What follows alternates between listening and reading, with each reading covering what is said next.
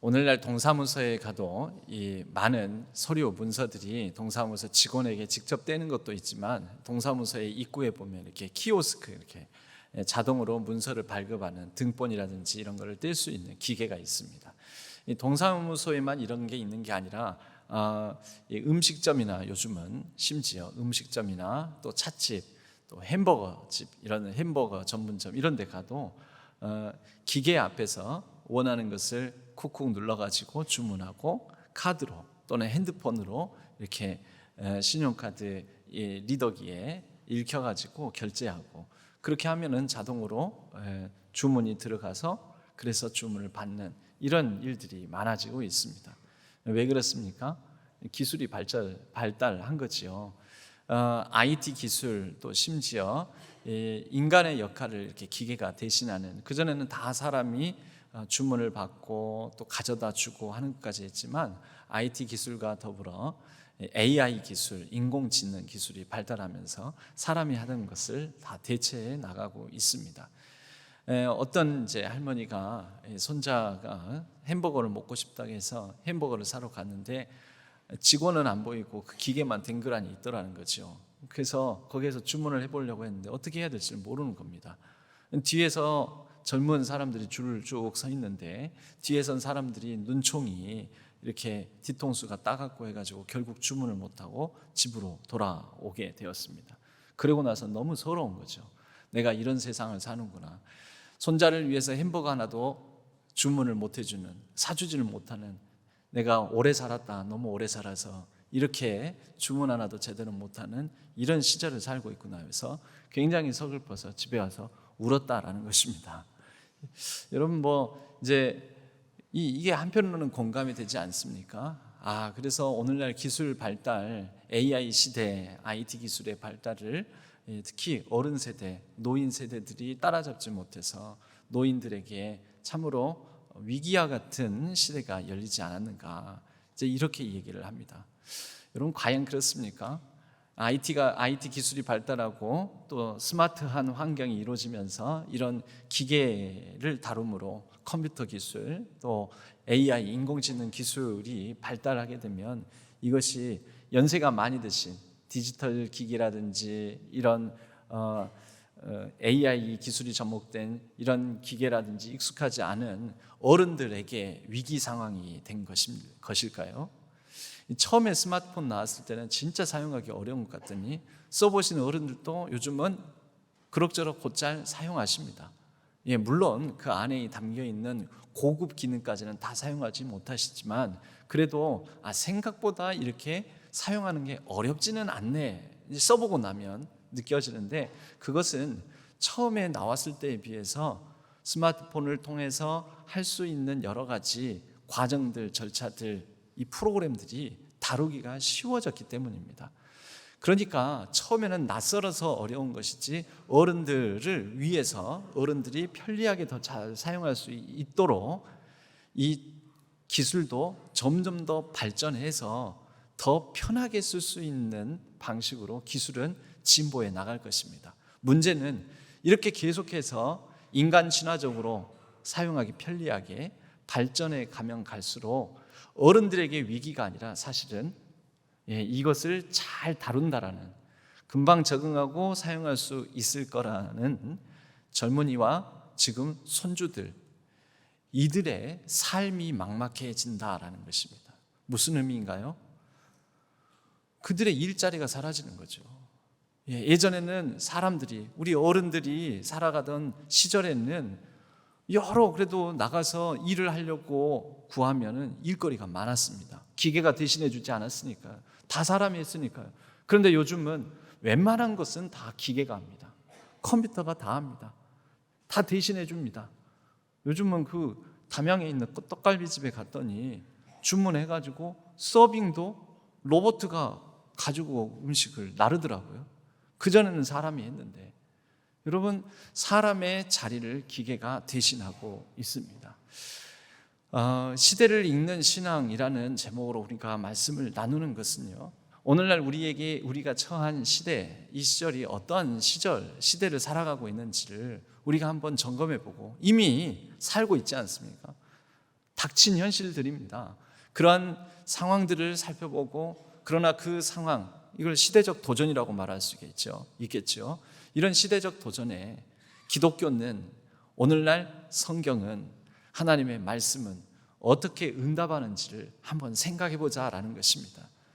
AI가 인간의 자리를 대체하는 이 시대에 우리에게 있어서 기독교 영성은, 기독교의 진리는, 하나님의 말씀은, 우리가 그 말씀을 가지고 생각해 보건대 어떻게 이러한 상황에 대처하고 살아가야 할지, 기독교의 응답은 무엇인지 우리가 생각해 볼 필요가 있겠습니다. 오늘은 그래서 이 AI 시대에 관한 우리가 말씀을 좀 나누면서, 기계가 인간을 훨씬 더 능가할 정도로 대체하는 상황 속에서 그래도 인간이 가진 의미와 가치는 어디에 있는가? 인간의 가치는, 인간다움의 의미는 어디에 있는지 성경은 우리에게 뭐라고 말씀하는지 한번 살펴보고자 합니다. 인간을 향하여서 인간이란 어떤 존재인가, 정의를 내리는 말들이 있습니다. 호모 사피엔스, 혹시 들어보셨습니까? 호모 사피엔스, 뜻은 생각하고 사고하는 능력을 가진, 사고하는 인간이라는 거죠. 그리고 도구와 이런 연장을 사용해서 훨씬 더 자기가 가진 힘보다, 자기가 가진 어떤 체력보다 훨씬 더 큰 일을 해낼 수 있는 연장과 도구를 사용하는 호모 파베르라는 말도 있습니다. 그래서 도구적 인간, 도구를 사용하는 인간이라는 거죠.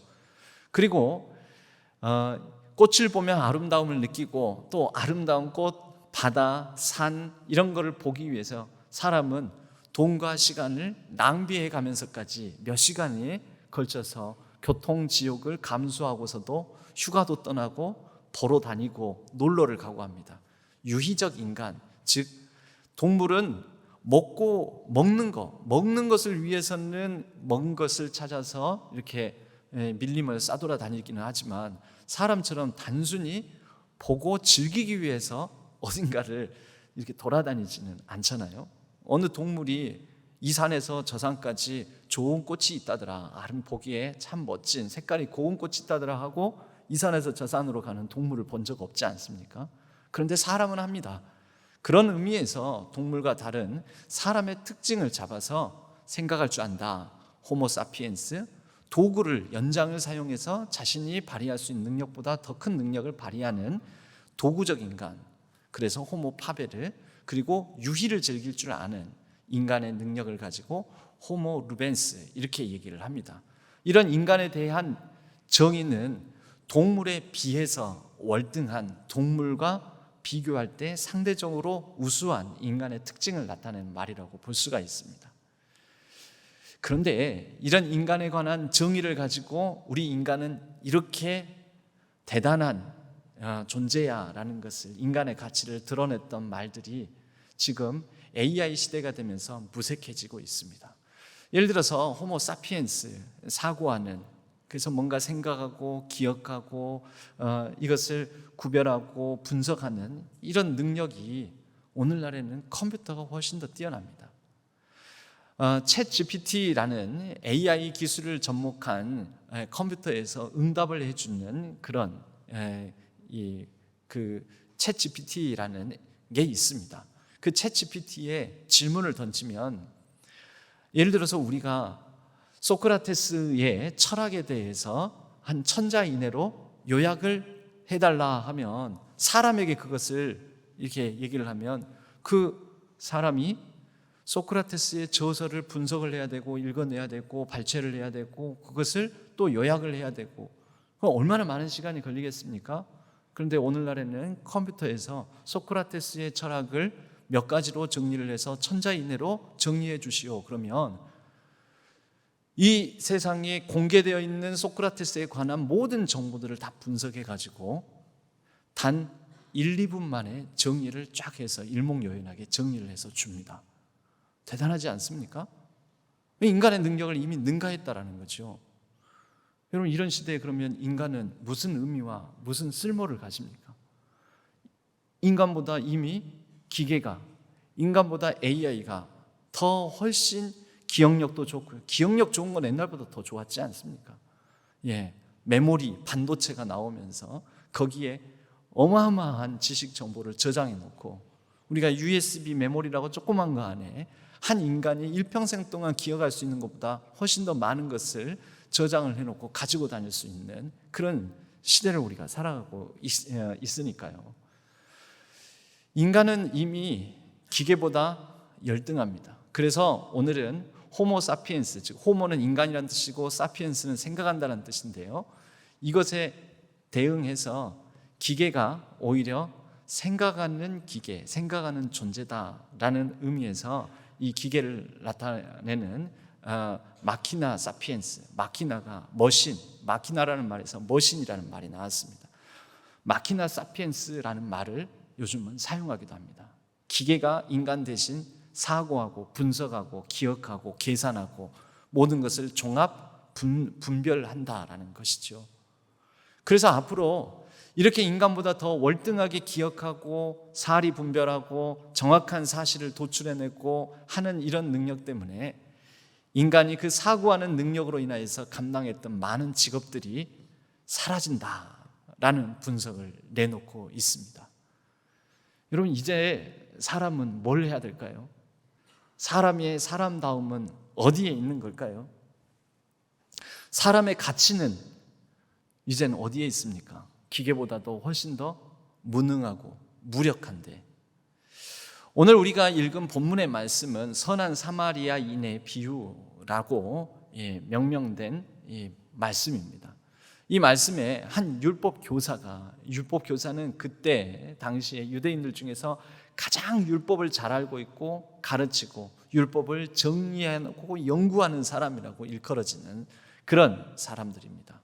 이 율법 교사들은 특별히 이 구약 성경에 나와 있는 하나님의 하라 하지 말라라는 이 명령을 613가지, 613가지로 정리를 해놓고 이것을 지키는 것이 하나님의 뜻이다.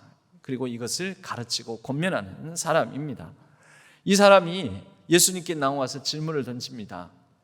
어떻게 해야, 내가 무엇을 해야 영생을 얻겠습니까?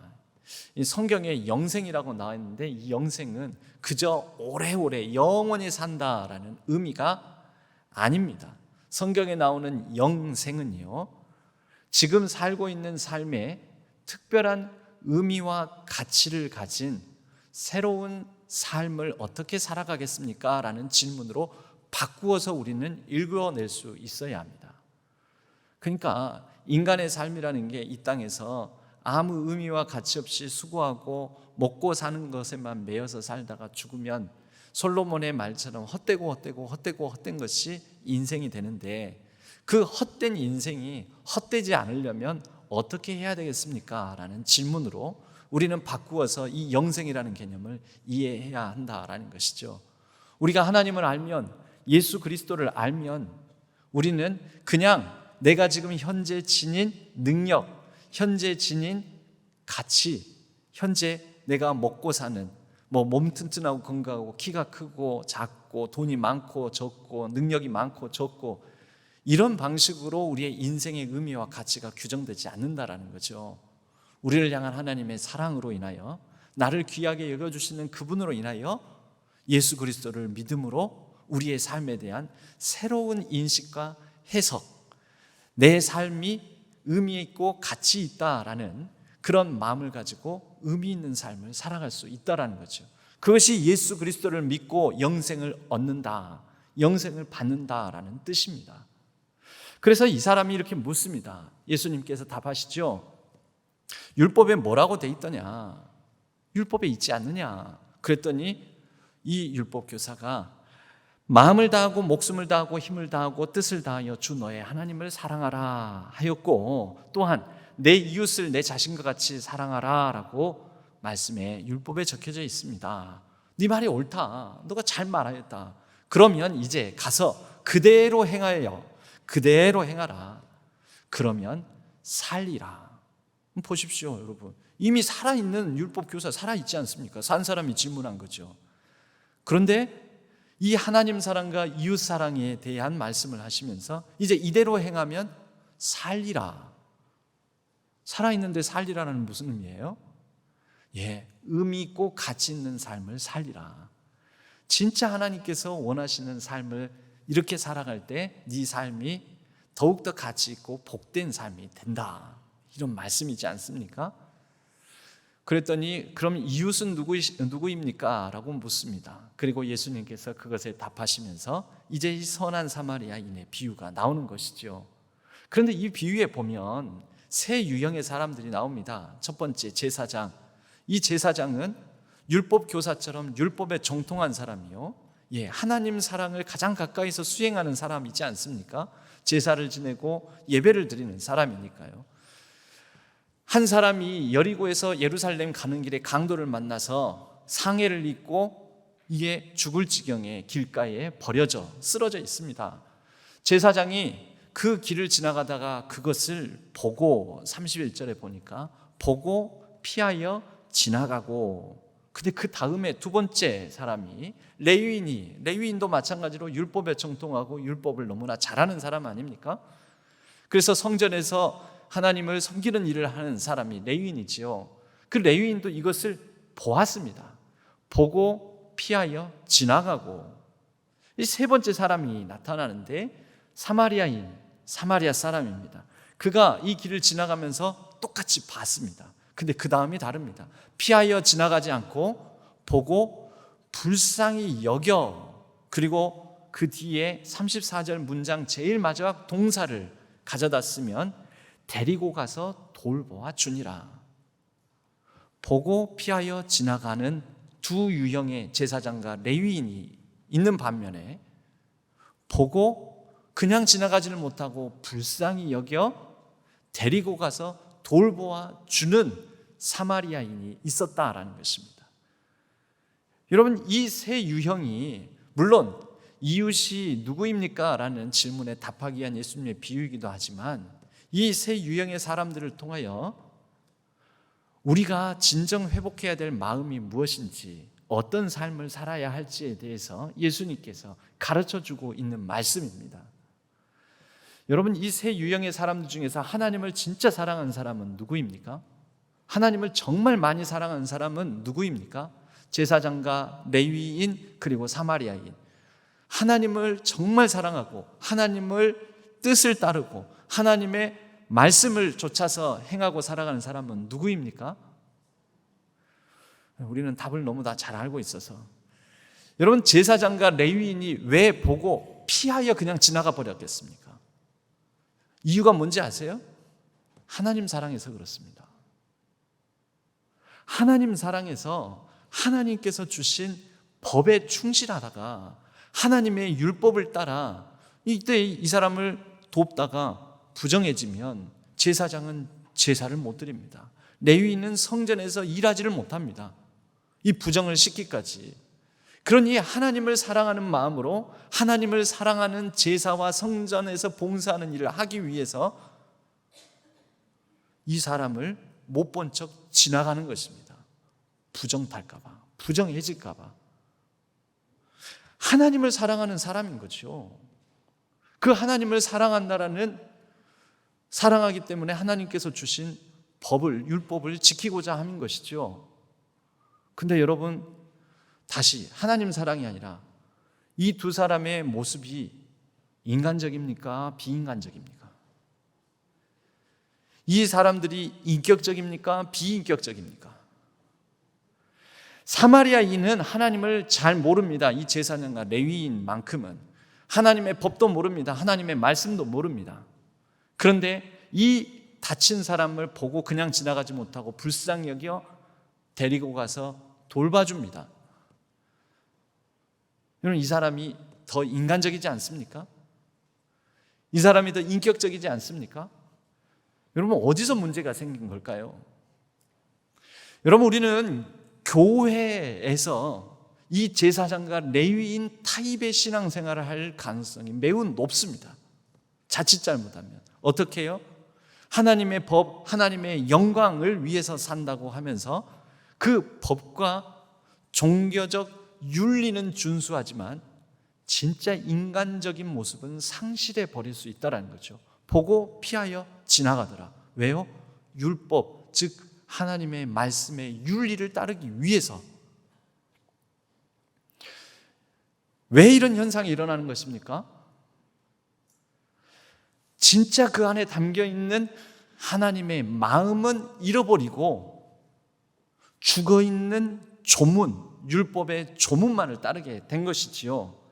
고린도후서 3장 6절에 보면 이렇게 말씀합니다. 율법 조문은 죽이는 것이요 영은 살리는 것이니. 여러분, 영적이다 할 때 우리가 영적인 것을 너무 신비적으로 해석하는데 영은 마음이기도 합니다. 마음. 어떤 마음을 가지고 있느냐, 어떤 의식과 생각을 가지고 있느냐. 하나님에게만 잘하면 된다, 하나님의 말씀만 잘 지키면 된다. 어떻게 적용한 걸까요? 이것을 기계적 적용이라고 합니다. 기계적 적용. 이로 인해서 결국 하나님께서 우리에게 주신 법은 사람과 사람 사이의 관계, 교회를 이루어간다는 것도, 교회도 사람과 사람 사이의 관계를 전제로 하는 것이죠. 사람과 사람이 모였으니 관계를 맺게 되는 것 아닙니까? 그런데 종교적 윤리, 기계적으로 적용해서 그것을 지켜낸다고 하다가 사람을 상하게 하고 잃어버리고 외면하고 불쌍히 여기는 마음을 갖지 못하고 보고 피하고 지나가 버리는 현상들, 일들이 우리에게도 얼마나 많은지 모릅니다. 이것을 꼬집으신 겁니다, 예수님께서는. 여러분, 오늘날 우리의 기계적 종교성이 비인간적으로 만드는 경우들이 얼마나 많은지 모릅니다. AI 시대와 이게 무슨 관계가 있습니까?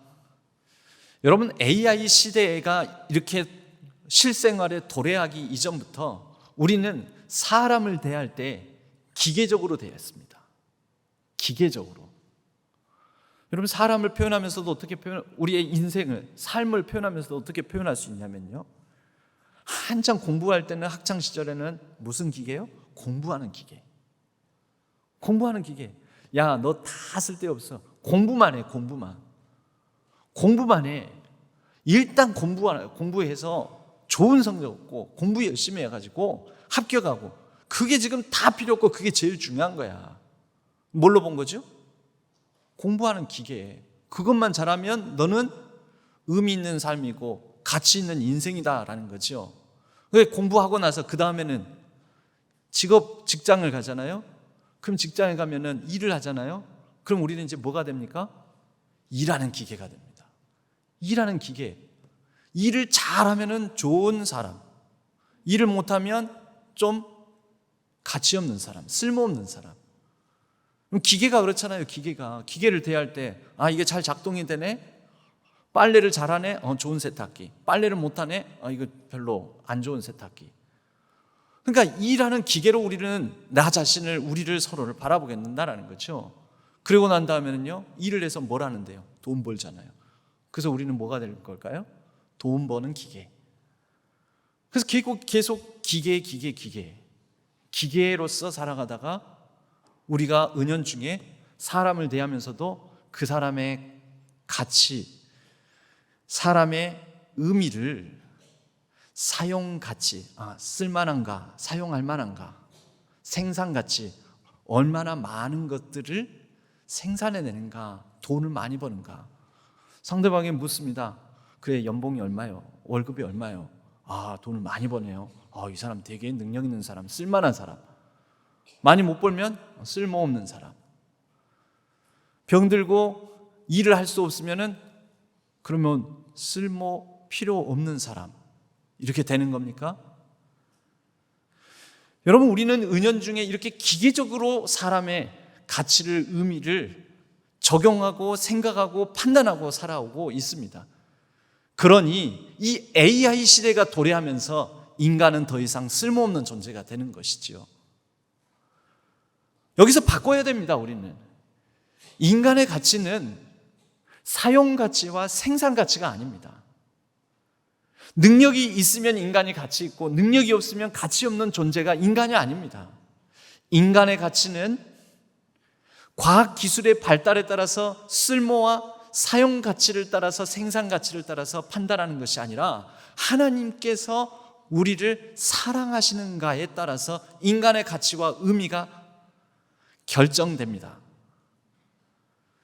가령 여러분, 사랑한 가족이 병이 들었습니다.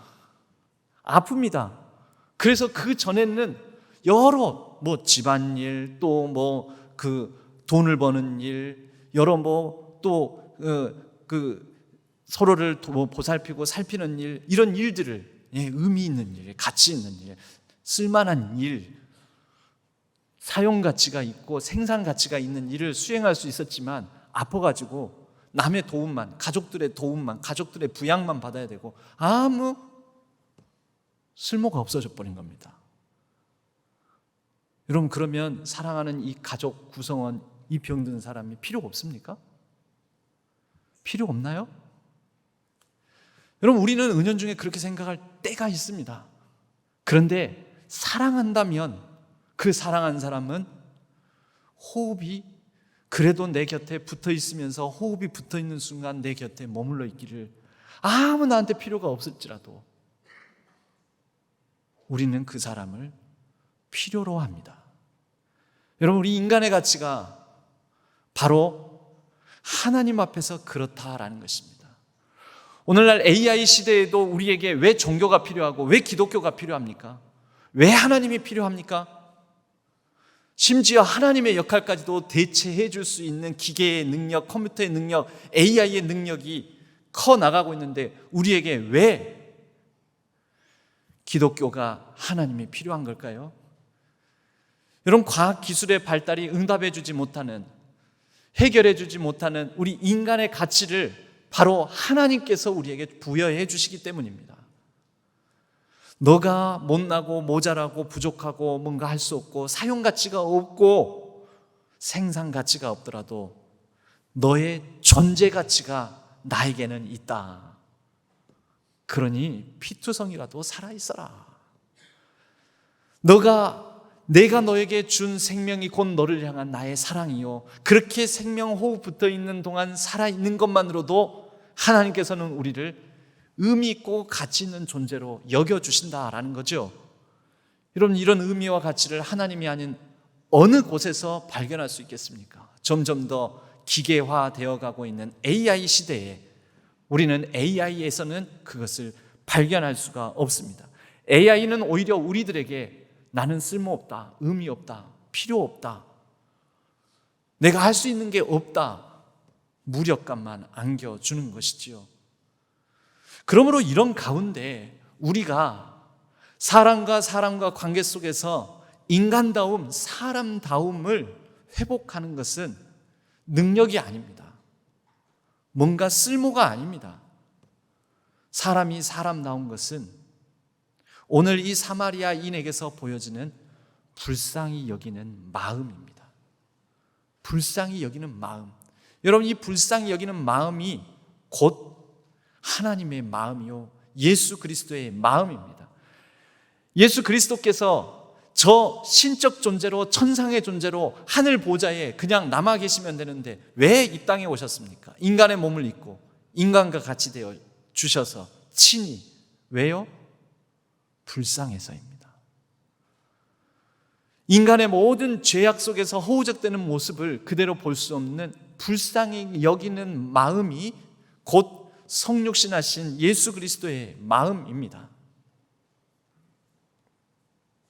빌립보서에는 이런 말씀이 있습니다. 너희 안에 이 마음을 품으라, 곧 그리스도 예수의 마음이니. 그럼 예수 그리스도의 마음을 품는 게 뭘까요? 그 앞장인 빌립보서 1장 8절에서는 내가 예수 그리스도의 심장으로 너희 무리를 얼마나 사모하는지라고 말씀합니다. 예수 그리스도의 심장을 지닌 사도 바울, 그 심장을 지녔다는 게 뭡니까? 쿵쾅쿵쾅 뛰는 그 열정으로 뭔가를 감당한다는 뜻일까요? 사모한대잖아요. 예수 그리스도의 심장으로. 그건 뭡니까? 예수 그리스도의 마음을 품은 거죠. 그건 뭡니까? 예수 그리스도의 마음처럼 서로를 불쌍히 여기는 마음이라는 뜻 아니겠습니까? 빌립보서 1장 6절 그 앞에 절에는 너희 안에서 착한 일을 시작하신 이가 그리스도 예수의 날까지 이루실 줄은 우리는 확신하노라. 그 착한 일이 무엇입니까? 사람이 하나님의 형상으로서의 하나님께서 보시기에 좋았더라라는 것을 회복해 가는 과정. 이게 하나님이 말씀하시는 착한 일입니다. 대단한 능력을 가진 일이 아니고 대단한 업적을 이루는 것이 아니고 대단히 많은 돈을 버는 일이 아니고 하나님의 형상을 회복하는 일. 하나님의 형상은 어떤 사람이 하나님의 형상입니까? 예수 그리스도의 마음을 가진 사람, 예수 그리스도의 심장을 가지고 불쌍히 여기는 마음, 사모하는 마음을 가지고 살아가는 사람. 여러분, AI 시대에 우리 인간의 가치는 바로 이 마음을 회복하는 데 있습니다. 이 마음이 있다면 우리는 인간다운 것이요, 우리는 의미 있고 가치 있는 존재인 것입니다. 이세돌 씨가 이 AI와 바둑 경쟁을 해가지고 졌습니다. 알파고라는 이 바둑을 두는 AI하고 바둑을 두다가 결국은 패배했습니다. 그럴 때 이 신문 헤드라인 기사나 혹자는 이렇게 뽑아내기도 했었죠. 알파고 인공지능에 인간이 굴복하다. 인간의 치욕이 아닐 수 없다. 여러분, 치욕이라 하면 반대말이 있겠죠. 영광.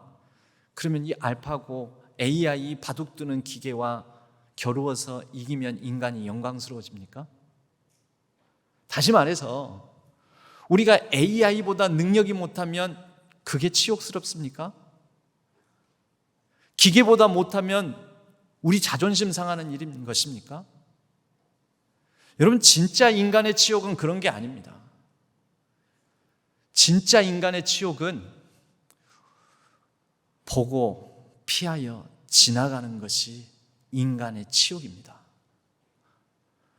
불쌍히 여길 줄 모르는 마음, 냉혹하다 못해서 너무 냉정해서 사람을 사람으로 대하지 못하는 그러한 상태가 치욕적인 상황인 것이죠. 인간다움, 인간성을 잃어버리는 상황. 어떻게든지 이기고 짓밟아서 오르려는 잔인함, 이게 치욕스러운 거죠. 인간의 영광은 어디에 있습니까?